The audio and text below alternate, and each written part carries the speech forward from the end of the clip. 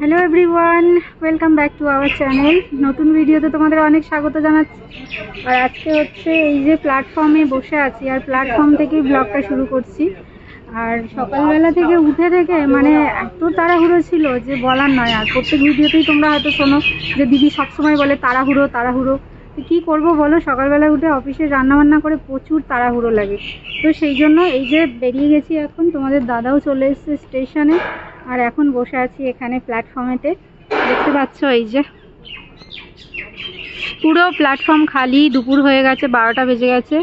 আর তোমাদের দাদার আজকে একটা ফোন কলে মিটিং ছিল, তো ওই জন্য আরও দেরি হয়ে গেছে। তারপরে সে স্নান করলো, খেলো, এই করে করে অনেকটা বেলা হয়ে গেছে। আর এখন দেখো খেয়ে দিয়ে বেরিয়েছি, বসে আছি। এখন কখন ট্রেন আসবে, তারপরে ট্রেনে উঠবো, তারপর বাড়ি যাব। বুঝতে পেরেছো?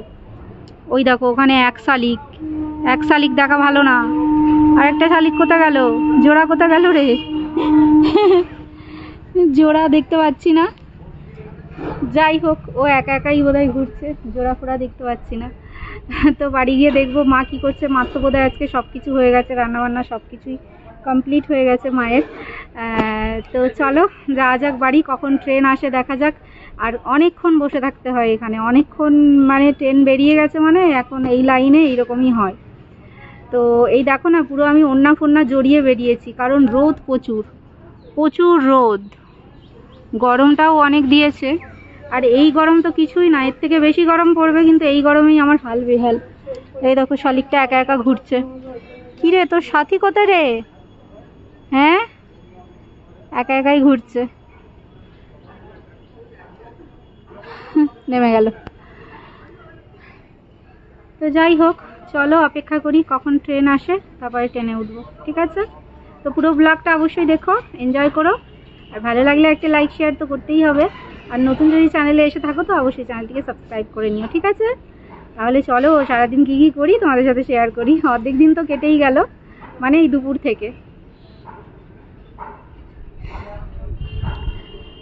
তোমাদের দাদা বোধহয় ওই দিকটা গিয়ে চলে গেছে, ওই দিকটা দাঁড়িয়ে আছে। ও একদিকে যাবে, আমি একদিকে যাব। ওর ট্রেন যাবে, আর মানে এই দিকে যাবে হচ্ছে ওর ট্রেন, আর এদিকে যাবে হচ্ছে আমার ট্রেন। বুঝতে পারছো? তো এখন বসে থাকি। অনেকক্ষণ কিন্তু বসেছিলাম বন্ধুরা স্টেশনে। এমন নয় যে আমি তোমাদের সাথে কথা বললাম তারপরে ট্রেন চলে এলো তারপরেই ট্রেনে উঠে পড়লাম, এমনটা কিন্তু একদমই নয়। এই লাইনের ট্রেন কোনো আগামাথা নেই, কোনো ঠিক নেই। শুধু সকালের দিকের ট্রেনগুলো একটু ঠিকঠাক যায়, বাকি সময়ের ট্রেনগুলোর কোনো আতাপাতা নেই। সে ঝোলাতে থাকে প্রত্যেকটা মানুষকে। যদি ট্রেনের ভরসায় কেউ ডিউটি যেতে চায়, অফিস যেতে চায়, তাহলে হয়ে গেল তার কাজ দুদিনেই ছাঁটাই হয়ে যাবে, দুদিনেই চলে যাবে, এমন অবস্থা এই দিকের ট্রেন লাইনের। তো আমার তো সেরকম ব্যাপার নেই যে আমি ডিউটি যাচ্ছি বা ডিউটি যাব, এমন কোনো ব্যাপার নেই। আমি তো যাব এখন হচ্ছে বাড়িতে গিয়ে তারপরে হচ্ছে আমার যে কাজগুলো থাকে, আমার ফোনের কাজ, তো সেগুলো আমাকে বাড়ির থেকেই করতে হয়। বাড়িতে নেটটা ভালো পাই, আর ওখানে সেটা হয় না, সম্ভব হয়ে ওঠে না, যার জন্য আমাকে বাড়ি যেতে হয়। ঠিক আছে? তো চলো স্টেশন থেকে তো আর বেরোই আগে, তারপরে হচ্ছে বাকি কথা তোমাদের সাথে হবে।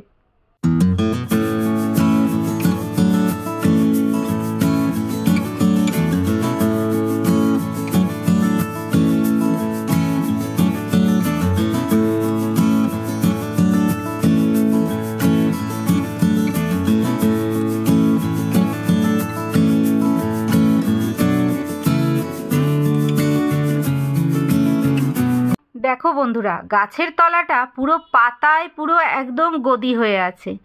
এভাবেই বোধহয় পুরনো জিনিসের বিদায় হয় আর নতুন জিনিসের আগমন হয়।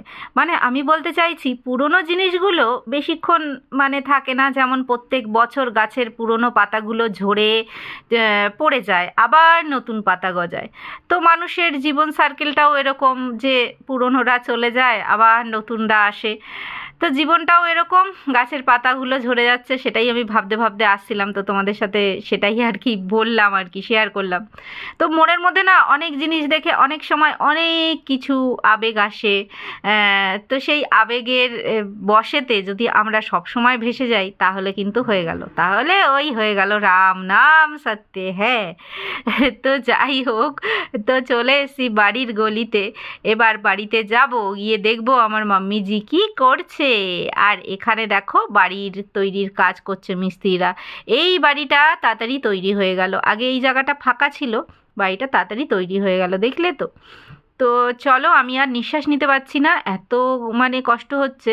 আর এত ধুলো রাস্তায়, এই ধুলোতে না পুরো একদম নাজেহাল অবস্থা, নিঃশ্বাস নিতে পারি না, নাক পুরো জ্বালা জ্বালা করে, যার জন্য পুরো একদম ঢেকে ঢুকে আসার চেষ্টা করছি।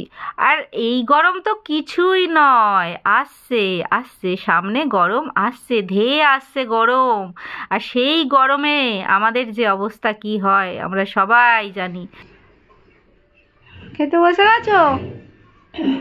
খেতে বসে গেছি। অনেক বেলা হয়ে গেল আজকে আসতে আমার। কি রান্না করেছো? আজকে আমি রান্না করিনি রে, কালকে ডাল ছিল, পনিরের তরকারি আর ডিমের আলু দিয়ে ওই ঝোল ছিল। আচ্ছা, ওই চাপ খেয়েছি, ভাবলাম পুজো দেওয়া হয়ে গেছে তাহলে খাই, ওই জন্য খাচ্ছি। আমার মায়ের কথা কি কেউ শুনতে পেলে? যাই হোক, সে এখন খেতে বসেছে, খাচ্ছে, আর আমি এই এলাম, অনেক বেলা হয়ে গেছে, 1:30 প্রায় বাজে, এখন ঘরে এলাম। আগে একটু ফ্যানের নিচে বসি, তারপর কথা বলবো। হ্যাঁ, আর নাক দিয়ে সেই এমন টক জল উঠেছে, সেই আম দিয়ে ডাল করেছিলাম আর আলু ভাতে দিয়ে খেয়েছি, সে নিঃশ্বাস নিতে পারছি না, ভক করে উঠেছে, সে নাক দিয়ে বেরোলো, দিয়ে সে এমন কষ্ট হচ্ছিল, জ্বালা করছিল, দাঁড়িয়েছিলাম রাস্তায়। আমার কথা শুনতে পাইনি, আমার কথা বন্ধুরা শুনতে পাওনি তোমরা? হ্যাঁ, এখন শুনতে পাবে, জোরে বলছো, এর আগে তো আসতে বলেছো। আমি একটু আস্তেই কথা বলি, আচ্ছা, ছোটবেলার থেকেই সবাই। হ্যাঁ, মা ছোট থেকে আস্তে কথা বলে, এই গল্প পরে শুনবো, মা খাক, আমি একটু বসি, কারণ আমার শরীরটা ভালো লাগছে না। ঠিক আছে, ওই তুই ফ্যানটা চালিয়ে। দুপুর বেলায় বন্ধুরা লোকে ভাত খায়, কিন্তু দুপুর বেলায় আমি ভাত খাওয়া তো ছেড়ে দিয়েছি, তোমরা জানো ভাত খাই না। একবারে তোমাদের দাদার সাথে ভাত খেয়ে বেরিয়ে চলে এসেছি এ বাড়িতে। আর আজকে অনেকটা বেলা হয়ে গেছে আমার আসতে, মানে 12টার সময় তো প্ল্যাটফর্মে পৌঁছালাম, তারপরে হচ্ছে ট্রেন ধরলাম, ধরে তারপরে এলাম। আর এই যে মা আর আমি বসে আছি এখন, আর মা কি খাচ্ছে বলো তো? কি খাচ্ছে চলো তোমাদের দেখাই কি খাচ্ছে। কি খাচ্ছ একটু বলে দাও তোমার। আরে জিভে জল চলে আসবে তো তোর, এটা পেয়ারা মাখা গো, আর খেতে পুরো কুল মাখার মতো লাগছে, তোমাদের আমি ব্যাক ক্যামেরা করে দেখাই চলো। তো এই যে দেখো, এটা হচ্ছে মা টমেটো দিয়ে, পেয়ারা, কাঁচা লঙ্কা, ধনেপাতা, নুন, চিনি সব কিছু দিয়ে না মা জম্পেস করে মেখেছে। আর খেতে কিন্তু খুব টেস্ট, জানো। তোমরা কমেন্ট করো কারা কারা এরকম করে পেয়ারা মাখা খাও। আর যদি না খেয়ে থাকো অবশ্যই বাড়িতে একবার করে খেয়ে দেখবে, ঠিক আছে। পেয়ারাকে একদম একটুখানি এরকম থেতো করে নিয়ে, টমেটো, ধনেপাতা, কাঁচা লঙ্কা, এতে একটু লেবু পাতা যদি পাও লেবু পাতা দিও, আমাদের তো লেবু পাতা নেই সেই জন্য মা দেয়নি, একটু লেবু পাতা মুচড়ে দিলে খুব সুন্দর সেন্ট হয়। তো আমিও তোমাদের খেয়ে বলি কেমন হয়েছে।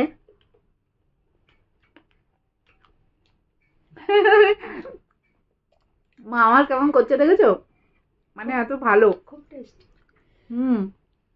খুবই টেস্টি, খুবই ভালো খেতে। এখন গরম তো একটু টক খেতে ইচ্ছা করবে, মাঝে মাঝে ধরো আমি একটু টমেটো কাঁচা মেখে খাই। হ্যাঁ গো, গরমকালে না একটুখানি টক খেতে ইচ্ছে করে, ওই জন্য আজকে আমি দুপুরবেলায় আম দিয়ে ডাল, আলু ভাতে আর ডিমের অমলেট করেছিলাম, তাই দিয়েই খেয়ে এসেছি, তোমাদের দাদাও তাই দিয়েই নিয়ে গেছে। তো আর বাড়ি এসে তো খাইনি, এই মা এখন পেয়ারা মাখা করে আমাকে দিল, তাই খাচ্ছি। আর আজকে দেখবো কি করি। এর মধ্যে আরেকটা জিনিস দিলে খুব ভালো হতো জানিস তো, কি বলতো, একটু শুকনো লঙ্কা একটু পুড়িয়ে দিলে হেভি সেন্ট হতো। শুকনো লঙ্কা একটু পুড়িয়ে মা বলছে দিলে আরো ভালো হতো। তো জানি না, এইখানে এই খাচ্ছি, খুবই ভালো লাগছে। তো চলো, মানে টেস্টটা মানে এতটাই লাগছে, আমি আগে খাই আয়েশ করে, তারপরে আবার তোমাদের সঙ্গে কথা বলবো। পুরো ব্লগটা দেখবে। আমার জন্য আরেকটু রাখবি। ওই দেখো মা কতটা খেলো, আবার বলছে দিতে, আমি আর দেবো না, ওইটা আমারই, আমার ভাগ থেকে আর কিছু দেবো না, ঠিক আছে। তো চলো খেয়ে নিই আগে। সারাদিন পর বাড়িতে চলে এলাম বন্ধুরা। তো এখন হচ্ছে এই যে পুরো শরীরে ধুলোবালি, রাস্তাঘাটে যা ধুলো, তো চেঞ্জ করব, ফ্রেশ হব, ফ্রেশ হয়ে তারপরে একটু বসবো, তারপরে রাতের খাবার তৈরি করব।